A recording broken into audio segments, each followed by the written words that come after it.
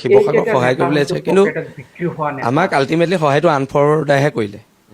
আজমলে কথাহে ক'লে, তাৰমানে আজমলে কেৱল কথাত সীমাবদ্ধ হৈ থাকিলে। মানে কি তেওঁ কৈছে 20 লাখ টিং দিম বুলি। 20 লাখ টিঙৰ মই হিচাপ উলিয়াইছোঁ, এইটোতো 200 কোটি টকাৰ ওপৰ বাজেট। শিৱসাগৰ প্ৰকৃততে সিমানখিনি সাহাৰ্য পাইছেগৈ বুলি ভাবেনে? নাই পোৱা। এইবিলাক এনেই ফটো আমি ৰাজনীতি কৰিবলৈ গৈছে নেকি শিৱসাগৰ? অবভিয়াছলি। আৰু বস্তুটো হৈছে যে মই আগতেও কৈছোঁ, মই বদৰুদ্দিন আজমলক আগতে কৈছোঁ যে শিৱসাগৰত আপোনাক ৰাজনীতি কৰিব দিয়া নহ'ব। শৃংখল চলিহাক ক'ব বিচাৰিছোঁ, বদৰুদ্দিন আজমল ডাঙৰীয়া কেতিয়া কৈছিল নেকি যে উজনি অসমত গৈ ৰাজনীতি কৰিব, উজনি অসমত গৈ নিৰ্বাচন খেলিব? কিবা ৰাজনৈতিক কথা বতৰা বদৰুদ্দিন আজমল ডাঙৰীয়া কেতিয়াবা কৰিছেনে? তেখেতে কি এই মহা দুৰ্যোগৰ সময়ত বদৰুদ্দিন আজমল ডাঙৰীয়া উজনি অসমত গৈ মানুহৰ কাষত থিয় হৈছে আৰু তেখেতে যিমান পাৰিছে সহায় কৰিছে। 1 কোটি 2 কোটি 3 কোটি 4 কোটি যিমান পাৰিছে তেনেকৈ কৰিছে। এতিয়া বৰ্তমান আমি দেখা পাইছোঁ 1 কোটি নহয়, 2 কোটি নহয়, 14 কোটি টকা তেখেতে সহায় কৰিছে। কিন্তু কিয় কৰিছে? মানুহ হৈ মানুহৰ বাবে সমৰ্থন আছে বুলিয়ে কৰিব পাৰিছে। এই ৰাজনীতি কৰিব, ভোট কৰিব। এই যে কিছুমান নেতা আছে এই উজনি অসমত, এইকেইটাই কেৱল মাত্ৰ এই যেতিয়া টকাবোৰ পাইছিল, কিছুমান খৰচ কৰিব পাৰিছিল, তেতিয়া কিন্তু বদৰুদ্দিন আজমল ডাঙৰীয়া ভাল প্ৰশংসা কৰিছিল। এতিয়া এইসকল নেতাই কি কৰিব কোৱা আৰম্ভ কৰিছে, দেখা পাইছেনে?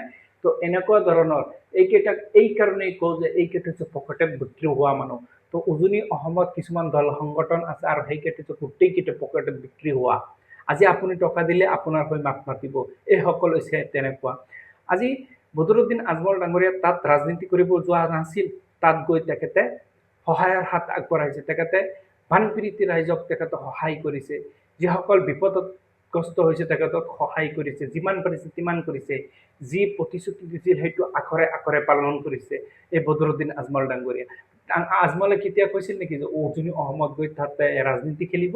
তো এইসকলে কিছুমান কথা বতৰা উত্থাপন কৰি সামাজিক মাধ্যমত তেখেতে বিতৰ্ক সৃষ্টি কৰা আৰম্ভ কৰিব ধৰিছে।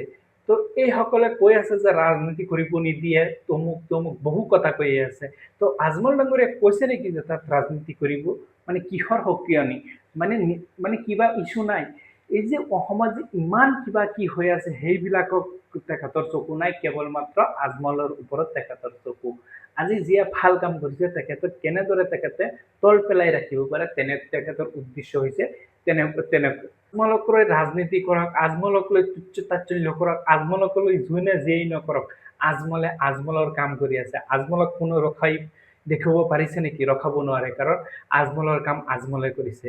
আজি য'ত ৰাজনীতি কৰিব লাগে তাক ৰাজনীতি কৰি, য'ত শিক্ষাৰ পোহৰ দিব লাগে তাত শিক্ষাৰ পোহৰ দিছে, য'ত সহায় কৰিব লাগে তাত সহায় কৰিছে, য'ত যি দিব লাগে সেইটো তেখেতৰ জ্ঞান বুদ্ধিৰে কৰি আছে। কোনোবাই ৰখাব পাৰিছে? পৰা নাই। আজি আপুনি সমালোচনা, আপুনি গালি পাৰক, আপুনি কি কৰে কৰি থাকক, কিন্তু তেখেতৰ কাম তেখেতে কৰি গৈছে। তো আজমলক গালি পাৰি, আজমলক তুচ্ছ তাচ্ছল্য কৰি কিছুমান দলৰ নেতা বুলি কোৱা এইসকলৰ লাজ থকা দৰকাৰ। তো এনেকুৱা বহুত মানুহ আছে উজনি অসমত তথা অসমৰ ভিতৰত, কেৱল মাত্ৰ সমাজৰ ভিতৰত যি ভাল কাম কৰে তেখেতক তুচ্ছ তাচ্ছল্য, তেখেতক লৈ বিতৰ্ক সৃষ্টি কৰা এনেকুৱা নেতা বহুত আছে। কেৱল মাত্ৰ আনৰ ভাল দেখিব নোৱাৰে, এইকেইটা হৈছে তেনেকুৱা জদা